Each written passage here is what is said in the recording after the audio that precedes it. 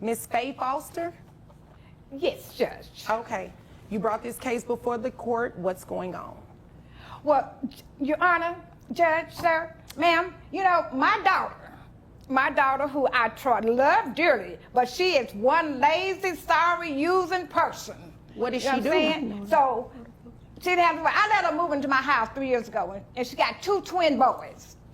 She does nothing to support. Our agreement was that she would pay $400. We never had no agreement. We ain't never had no agreement. $400 on rent. Hold on 1 second, Miss Faye Foster. Excuse me. She came to court to expose her own daughter. Miss Faye Foster doesn't hold back, calling her lazy and sorry. But this isn't just a family argument. It's a plea for help. A grandmother raising twins with no support. When the daughter snaps back, the courtroom starts to heat up. And what the judge says next, you won't believe it. We will not have any outbursts like that. We just gonna sit here and let her say whatever she wants to say? I'm just going to sit here and let her say what she wants to while I'm speaking to her. And when it's your turn, I will allow you the opportunity to do the same thing. Okay. There will be no more outbursts. Yes, We're clear? Yes, ma'am.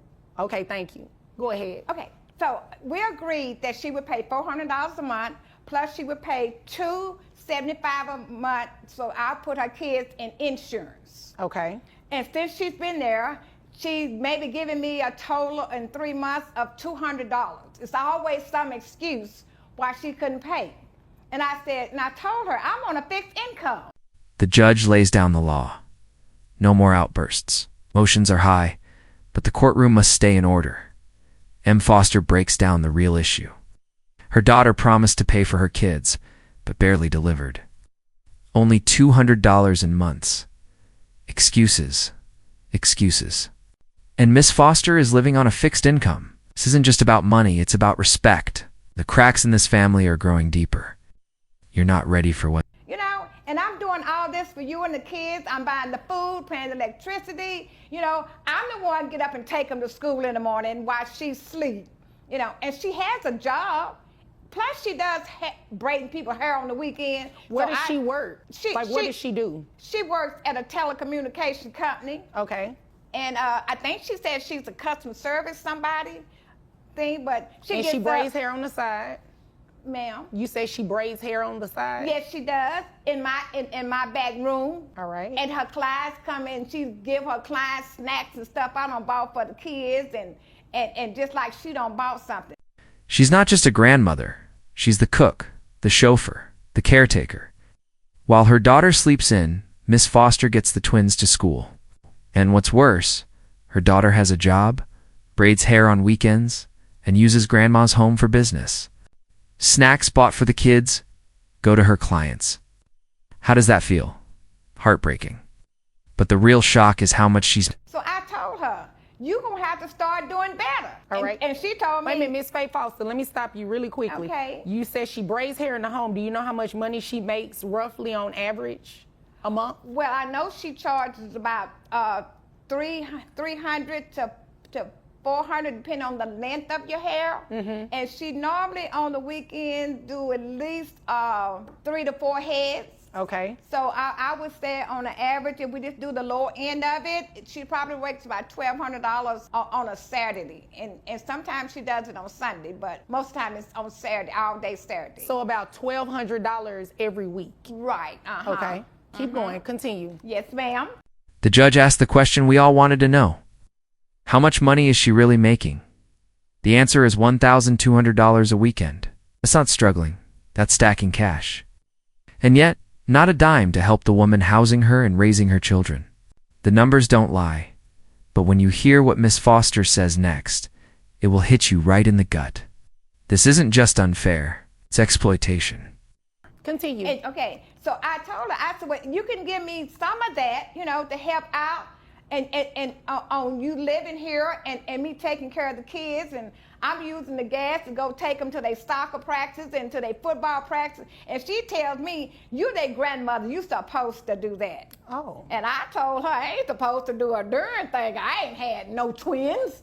Okay. You know, but I love my grandkids, so I hate for them to be without just because their mama is trifling. Okay.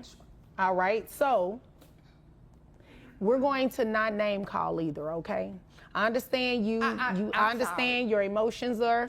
Miss Foster finally said what we were all thinking. She didn't have these twins, but she loves them like her own. She drives them to every practice, feeds them, clothes them, and her daughter says, "That's just grandma duties." Excuse me, grandma. Duties don't include raising someone else's kids while they do nothing. This moment cuts deep, but what the judge says next shifts the energy in the room. You'll want to see this. Hi, it's not a problem. I understand. I'm sorry, Your Honor. I understand exactly how you feel. I know what you're saying. It's plenty of grandmothers coming in this court feel exactly the same way that you do.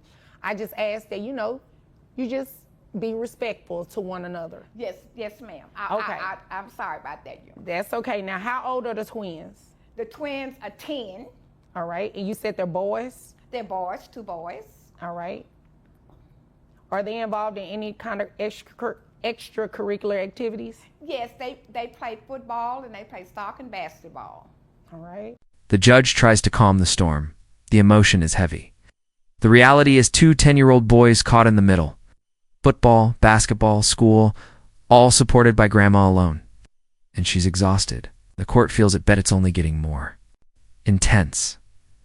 When asked about their mother's involvement, Miss Foster's answer paints a heartbreaking picture.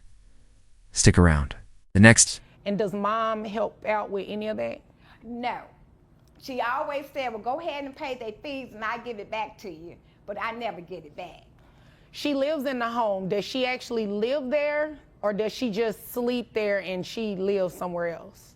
No, she lives there and she sleeps somewhere else.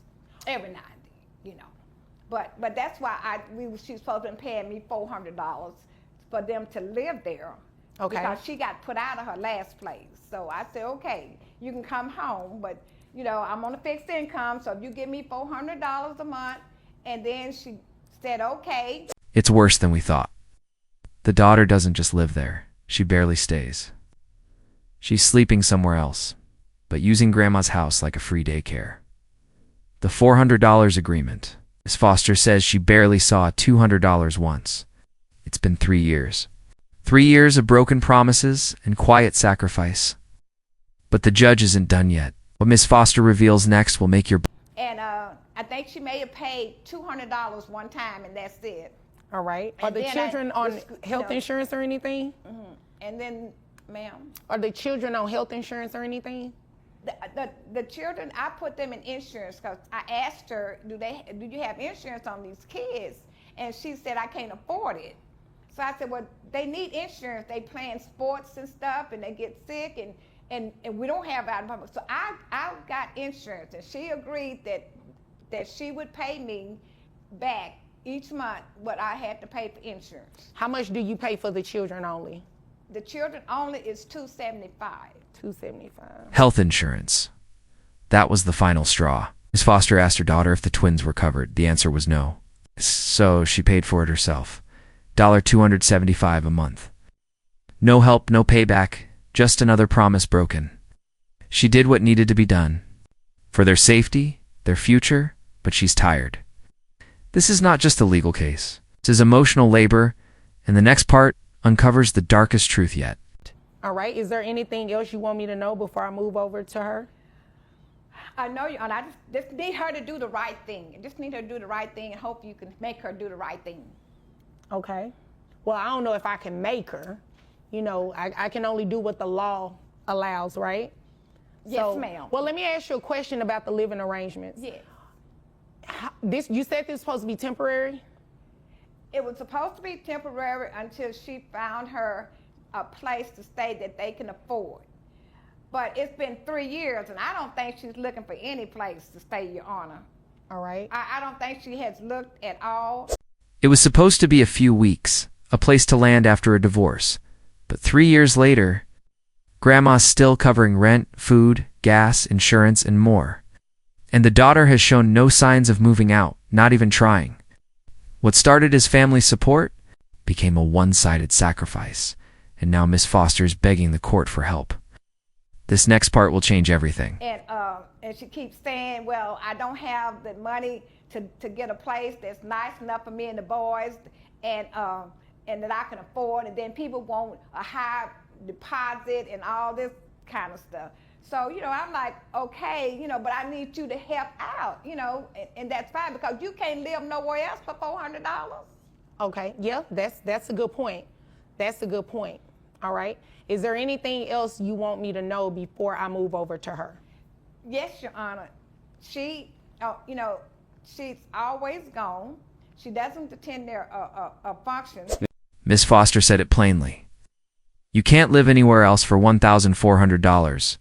Her daughter wants a nice place but refuses to save, refuses to budget, refuses to help. It's not about money, it's about priority. Hers are parties, friends, and excuses. This isn't just one woman's struggle, it's a lesson. What the judge asks next puts the whole case into perspective. Because she said, you know, she got to go out with her girls and kick it, or she got to be with a man and kick it. And so, you know, I was like, you're not even trying to be a part of these kids' life. You just want to be fancy free and let somebody else take care of your kids. So, Okay. you know, that, you know, Okay, so it's just too much. can I move over to her, or is there anything else? Yes, ma'am, go ahead. Okay. Now, you have the opportunity to let me know what you want me to know respectfully. So, I mean, what's all that about? The huffing, puffing, and Because she's lying. She's telling half-truths and sitting over there in her Christian outfit like everything she's saying is the gospel. She's not just absent, she's out living her best life. While grandma cooks, cleans, and cries, the daughter's partying with friends and spending nights out with men. Her kids are barely a thought. This moment silences the courtroom. Miss Foster's voice shakes, but her words are clear. Someone has to step up. The judge turns to the daughter. Yes, I did. Me and my children did move in with her 3 years ago. But what she didn't say was, it's because I had a tragic divorce with my ex-husband, who her and her church members just wanted me to marry this guy because he was so churchly and good. And he ended up being the devil. And in our divorce, he wiped us clean. Okay. And my credit was messed up. He took all the money and he left, and he did all of that, and so it left us devastated. So my mother said that it was cool for us to come and stay with her while I get things together. The daughter finally breaks. Her silence and the truth hits like a punch. A tragic divorce, a controlling ex, wiped finances, destroyed credit. She claims her mother insisted she marry him, and now she feels abandoned. But is it the whole truth? Or just another excuse? The courtroom is tense. The story isn't finished, so stay tuned for the next part. Like, comment your thoughts, and subscribe so you don't miss what happens next, because what's coming changes everything.